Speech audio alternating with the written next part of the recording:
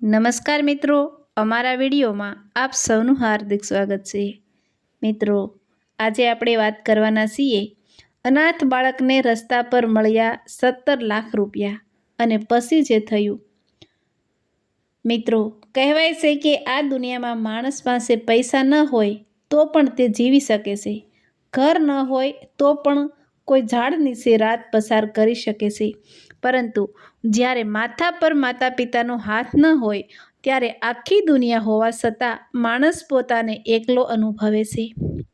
આજે આપણે જે વાર્તા સાંભળવાના છીએ એ એક એવા અનાથ બાળકની છે જેની પાસે ન ઘર હતું, ન પરિવાર હતો અને ન તો 2 ટકનું ભોજન નક્કી હતું, પરંતુ એક દિવસ રસ્તા પર મળેલી એક જૂની થેલીએ એનું આખું જીવન બદલી નાખ્યું। અને વર્ષો પછી જ્યારે એ બાળક એ જ શહેરમાં પાછો આવ્યો ત્યારે તેને જોઈને આખું શહેર ચોંકી ગયું। ગુજરાતના એક નાનકડા શહેરની બહાર રેલવે ફાટક પાસે એક જૂનું બસ સ્ટેન્ડ હતું। બસ સ્ટેન્ડની પાછળ તૂટેલી દિવાલ અને તેની બાજુમાં એક મોટું લીમડાનું ઝાડ હતું। એ લીમડાના ઝાડ નીચે દરરોજ રાત્રે લગભગ 10 વર્ષનો એક બાળક સૂતો હતો। તેનું નામ હતું રાજુ। રાજુને પોતાના માતા પિતા કોણ હતા એ પણ બરાબર યાદ નહોતું। તેને માત્ર એટલું યાદ હતું કે જ્યારે તે ખૂબ નાનો હતો ત્યારે તેની મા તેને પ્રેમથી માથે હાથ ફેરવીને સુવડાવતી હતી, પરંતુ એક દિવસ તેની મા બીમાર પડી અને પછી ક્યારેય ઉઠી નહીં। પિતા વિશે રાજુને કંઈ જ ખબર નહોતી। ગામના લોકો કહેતા કે રાજુના પિતા વર્ષો પહેલાં કામની શોધમાં શહેર ગયા હતા અને પછી પાછા આવ્યા નહોતા। મા મૃત્યુ પામી ત્યારથી રાજુ ખરેખર અનાથ બની ગયો હતો। થોડા દિવસ પાડોશીઓએ તેને ખાવાનું આપ્યું, કોઈએ જૂના કપડાં આપ્યા, પરંતુ ધીમે ધીમે દરેક માણસ પોતાના જીવનમાં વ્યસ્ત થઈ ગયો અને 10 વર્ષનો રાજુ એકલો રસ્તા પર આવી ગયો। સવારે તે બસ સ્ટેન્ડ પર આવતો, કોઈ મુસાફરનો સામાન ઉંચકતો, કોઈ ચાની દુકાન સાફ કરતો અને બદલામાં મળેલા 5 કે 10 રૂપિયાથી બિસ્કિટ ખરીદીને પેટ ભરતો। બસ સ્ટેન્ડ પર રમેશભાઈ નામના એક ચાવાળા હતા। તેઓ ઘણી વખત રાજુને દૂરથી જોતા। એક દિવસ તેમણે પૂછ્યું, "એ છોકરા, તું રોજ અહીં જ કેમ ફરે છે? તારા ઘરે કોઈ નથી?" રાજુએ હસવાનો પ્રયત્ન કરીને કહ્યું, "મારું ઘર તો આ લીમડાનું ઝાડ જ છે કાકા." રમેશભાઈ થોડા સમય માટે ચૂપ થઈ ગયા। તેમણે રાજુને ગરમ ચા અને 2 બન આપ્યા। રાજુએ બન હાથમાં લીધા અને તરત એક બન પોતાની ફાટેલી થેલીમાં મૂકી દીધો। રમેશભાઈએ પૂછ્યું, "આ બન કેમ મૂકી દીધો?" રાજુ બોલ્યો, "કાકા, આજે મળી ગયું એટલે શું ખબર કાલે પણ મળશે કે નહીં, એટલે કાલ માટે રાખું છું." 10 વર્ષના બાળકના મોઢેથી આ વાત સાંભળીને રમેશભાઈની આંખ ભીની થઈ ગઈ। ત્યારથી જ્યારે પણ શક્ય હોય ત્યારે તેઓ રાજુને કંઈક ખાવાનું આપી દેતા, પરંતુ રાજુ ક્યારેય મફતમાં ખાવાનું લેવા તૈયાર થતો નહીં। એ પહેલાં દુકાન સાફ કરતો, પાણી ભરતો અને પછી જ ખાવાનું લેતો। એક દિવસ શહેરમાં ભારે વરસાદ પડ્યો। બસ સ્ટેન્ડની પાછળ પાણી ભરાઈ ગયું। લીમડાના ઝાડ નીચે સૂવાની જગ્યા પણ રહી નહીં। રાજુ આખી રાત બસ સ્ટેન્ડના એક ખૂણામાં ઠંડીથી ધ્રુજતો બેઠો રહ્યો। બીજા દિવસે સવારે વરસાદ થોડો ઓછો થયો ત્યારે રાજુ ખાવાની શોધમાં શહેર તરફ નીકળ્યો। રસ્તા પર ચાલતા ચાલતા તેની નજર એક કાળી જૂની થેલી પર પડી। થેલી કાદવમાં પડી હતી। રાજુએ આજુબાજુ જોયું, પરંતુ ત્યાં કોઈ માણસ નહોતો। તેણે થેલી ઉપાડી। થેલી ભારે હતી રાજુના મનમાં વિચાર આવ્યો કે કદાચ તેના કપડાં હશે. તે થેલી લઈને લીમડાના ઝાડ નીચે આવ્યો અને ધીમેથી થેલી ખોલી. થેલી ખોલતા જ રાજુની આંખો પહોળી થઈ ગઈ. અંદર કપડાં નહોતા. અંદર 500 રૂપિયાની નોટોના અનેક બંડલ હતા. રાજુએ જીવનમાં એકસાથે 500 રૂપિયા પણ જોયા નહોતા અને આજે તેની સામે લાખો રૂપિયા પડ્યા હતા. થોડા સમય માટે રાજુના હાથ ધ્રુજવા લાગ્યા. તેના મનમાં વિચાર આવ્યો કે આ પૈસાથી તે ઘર લઈ શકે, નવા કપડાં ખરીદી શકે, દરરોજ પેટ ભરીને ખાઈ શકે અને ક્યારેય રસ્તા પર સૂવું ન પડે. રાજુએ એક નોટ હાથમાં લીધી. તે નોટને લાંબા સમય સુધી જોતો રહ્યો. એ સમયે તેનું પેટ ભૂખથી દુખતું હતું. ગઈ રાતથી તેણે કંઈ ખાધું નહોતું. બસ સ્ટેન્ડ સામે જ ગરમ ગરમ ભજીયા તળાઈ રહ્યા હતા. તેની સુગંધ રાજુ સુધી આવી રહી હતી. રાજુ એક નોટ લઈને ભજીયાની દુકાન તરફ 2 ડગલા ચાલ્યો. પરંતુ અચાનક તેને પોતાની માનો ચહેરો યાદ આવ્યો.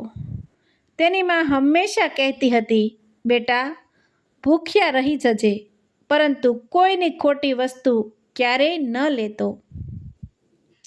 રાજુના પગ અટકી ગયા. તેણે નોટ પાછી થેલીમાં મૂકી અને થેલી બંધ કરી દીધી. તે સીધો રમેશભાઈની સાની દુકાને ગયો અને ધીમેથી કહ્યું, કાકા, મને રસ્તામાં એક વસ્તુ મળી છે. રમેશભાઈએ પૂછ્યું, શું મળ્યું? રાજુએ થેલી ખોલી. પૈસા જોઈને રમેશભાઈ પણ ચોંકી ગયા. તેમણે તરત થેલી બંધ કરી અને કહ્યું, રાજુ, આ ખૂબ મોટા પૈસા છે. આપણે પોલીસ પાસે જવું જોઈએ. રાજુએ માથું હલાવ્યું. બંને પોલીસ સ્ટેશન પહોંચ્યા.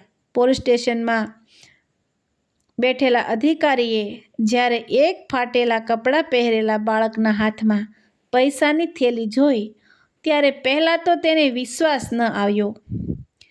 અધિકારીએ પૈસા ગણાવ્યા તો થેલીમાં કુલ 17 લાખ રૂપિયા હતા.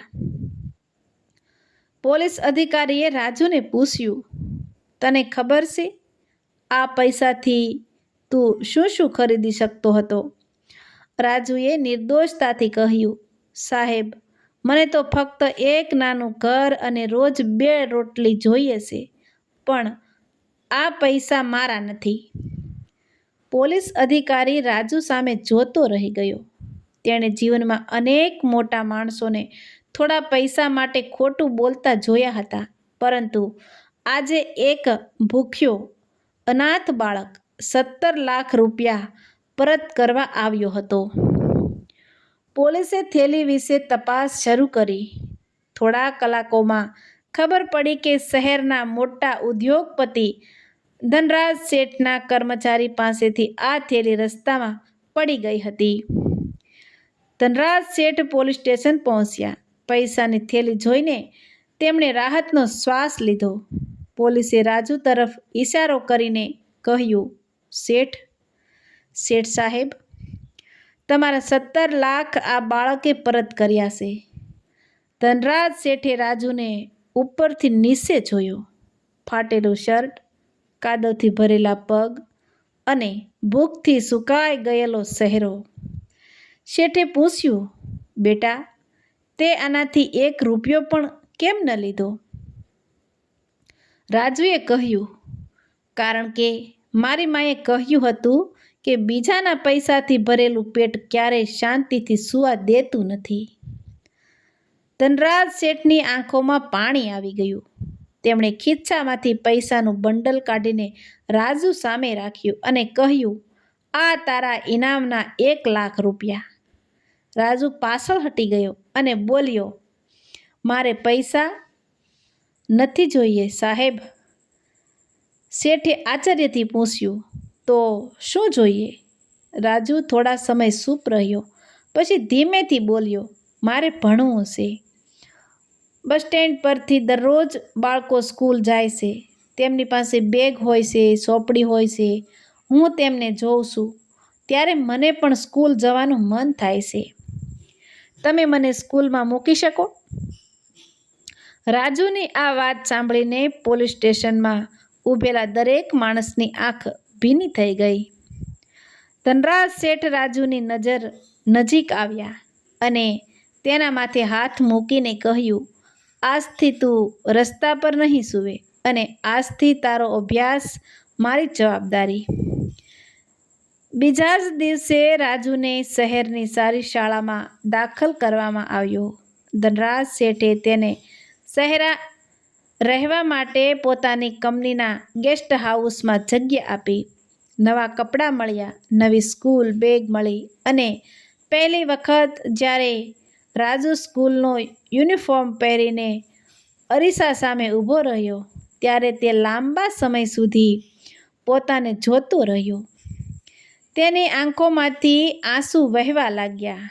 તેણે ધીમેથી કહ્યું, માં, આજે હું પણ સ્કૂલે જાઉં છું. શરૂઆતમાં રાજુ માટે અભ્યાસ ખૂબ મુશ્કેલ હતો. બીજા બાળકો અંગ્રેજીમાં બોલતા, કોમ્પ્યુટર ચલાવતા અને રાજુને તો બરાબર વાંચતા પણ આવડતું ન હતું. કેટલાક બાળકો તેની મજાક ઉડાડતા, આ તો બસ સ્ટેન્ડવાળો છોકરો છે. રાજુ રાત્રે એકલો રડતો, પરંતુ બીજા દિવસે ફરી પુસ્તક લઈને બેસી જતો. તે રોજ 6 કલાકથી વધારે અભ્યાસ કરતો. શિક્ષકોને વારંવાર પ્રશ્ન પૂછતો.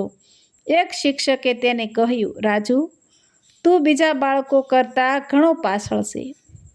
રાજુએ જવાબ આપ્યો, સાહેબ, હું પાછળ છું એટલે જ મારે વધારે ઝડપથી દોડવું પડશે. શિક્ષક પાસે કોઈ જવાબ નહોતો. 3 વર્ષ પસાર થયા અને જે રાજુને વાંચતા નહોતું આવડતું એ જ રાજુ શાળામાં પ્રથમ આવ્યો. ધનરાજ શેઠે તેણે ગળે લગાડી લીધો. રાજુએ અભ્યાસ ચાલુ રાખ્યો. 10મા ધોરણમાં સમગ્ર જિલ્લામાં પ્રથમ આવ્યો. 12મા ધોરણમાં પણ ઉત્તમ પરિણામ મેળવ્યું. ત્યારબાદ તેણે એન્જિનિયરિંગમાં પ્રવેશ લીધો.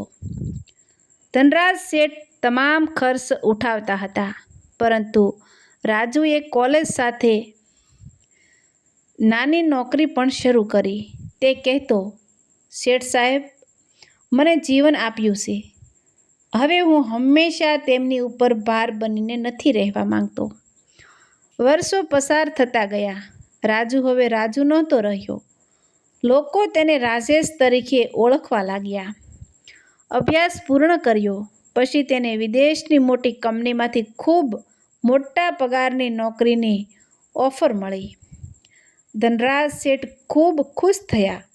તેમણે કહ્યું, બેટા, હવે તારું જીવન બની ગયું. વિદેશ જા અને ખૂબ આગળ વધ. પરંતુ રાજેશે ઓફરનો કાગળ શેઠ સામે મૂકી કહ્યું, હું વિદેશ નહીં જાઉં. શેઠે પૂછ્યું, કેમ?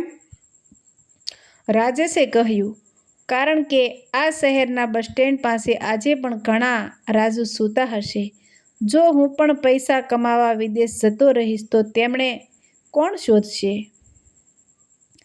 ધનરાજ શેઠની આંખોમાં ગર્વ દેખાયો. રાજેશે શહેરમાં અનાથ બાળકો માટે એક નાનું શિક્ષણ કેન્દ્ર શરૂ કર્યું. શરૂઆતમાં માત્ર 5 બાળકો આવ્યા. રાજેશ પોતે તેમને ભણાવતો, તેમના માટે ખાવાનું બનાવતો અને રાત્રે તેમની સાથે જ સૂતો. ધીમે ધીમે લોકો મદદ કરવા લાગ્યા. 5 બાળકોમાંથી 50 થયા અને 50માંથી 500.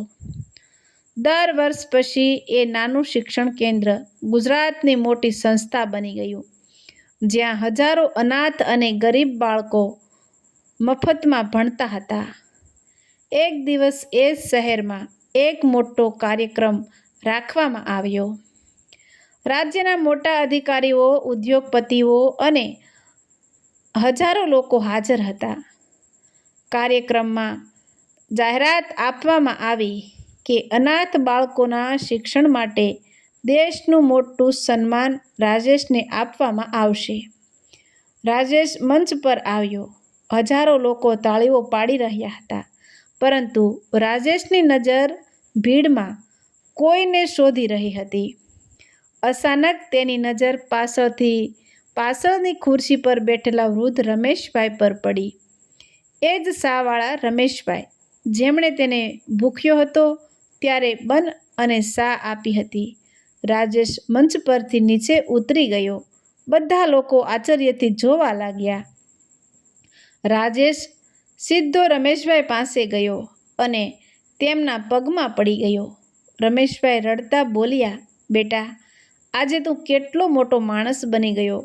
રાજેશે કહ્યું, કાકા, મોટો હું નથી બન્યો. મોટું તો તમારું હૃદય હતું.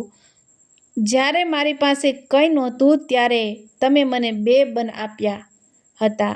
રાજેશ રમેશભાઈનો હાથ પકડીને મંચ પર લઈ ગયો. ત્યારબાદ તેણે ધનરાજ શેઠને પણ મંચ પર બોલાવ્યા અને માઇક હાથમાં લઈને કહ્યું, લોકો મને પૂછે છે કે મારી સફળતાનું રહસ્ય શું છે, પરંતુ મારી સફળતા કોઈ રહસ્ય નથી. એક શાહવાળાએ મને ભૂખ્યો જોઈને રોટલી આપી.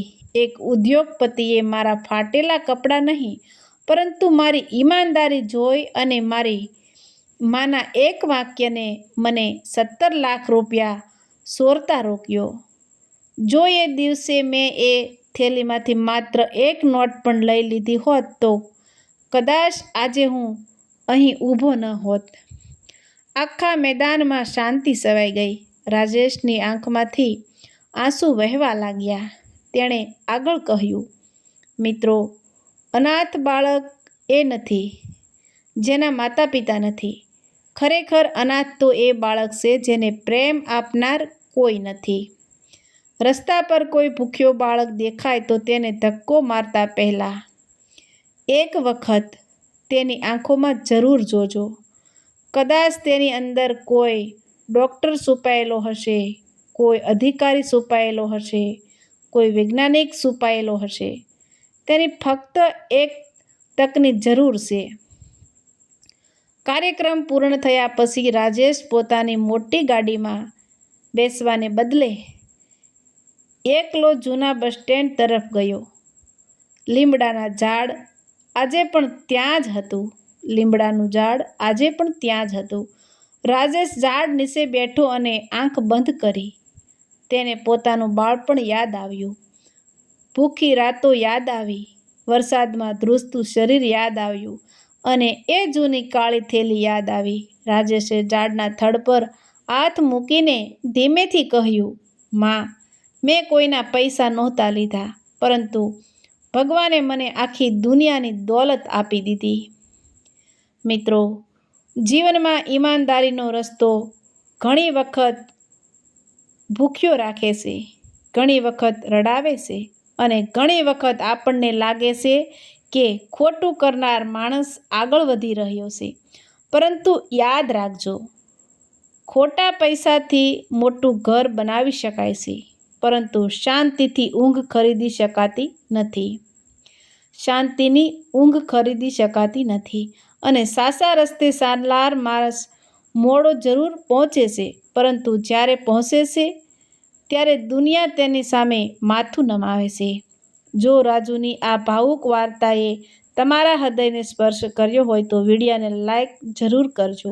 આ વાર્તા તમારા પરિવાર અને મિત્રો સાથે શેર કરજો અને આવી જ હૃદયસ્પર્શી ગુજરાતી વાર્તાઓ સાંભળવા માટે અમારી ગુજરાતી વાર્તા ચેનલને સબસ્ક્રાઈબ જરૂર કરજો.